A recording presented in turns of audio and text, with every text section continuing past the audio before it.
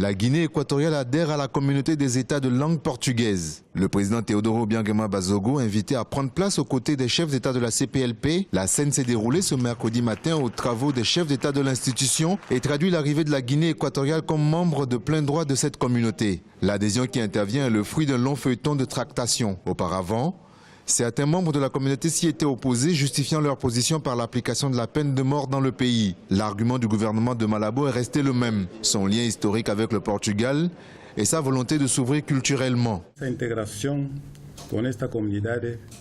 Bien qu'en Guinée équatoriale on ne parle pas le portugais couramment, notre intégration dans cette communauté se justifie pour plusieurs raisons. L'actualité d'un monde globalisé exige un dialogue interculturel. Autre raison, la Guinée équatoriale, l'unique pays hispanophone en Afrique, a besoin d'avoir des relations dans son entourage géopolitique et culturel pour réaliser ces échanges. La Guinée équatoriale a adopté dans sa constitution de 2011 le portugais comme troisième langue après l'espagnol et le français. Pour contribuer au rayonnement et à la diffusion de la langue telle que lui confère son statut de pays membre, le chef de l'État équato-guinéen en appelle au soutien des pays membres de la CPLP. Le gouvernement vient de valider la création d'un centre d'études multidisciplinaire d'expression portugaise à destination des pays membres de la CPLP.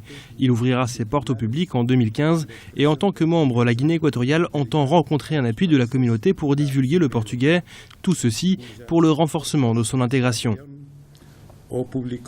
L'arrivée de la Guinée équatoriale dans ce cercle de pays lusophones est une victoire diplomatique pour les autorités du pays. Elle pourra aussi participer au rayonnement de cette institution afin d'atteindre les défis de la communauté. Au sein de la CPLP, on se dit prêt à accompagner le nouveau pays membre dans ses diverses réformes économiques et politiques, telles que le processus de démocratisation en cours dans le pays.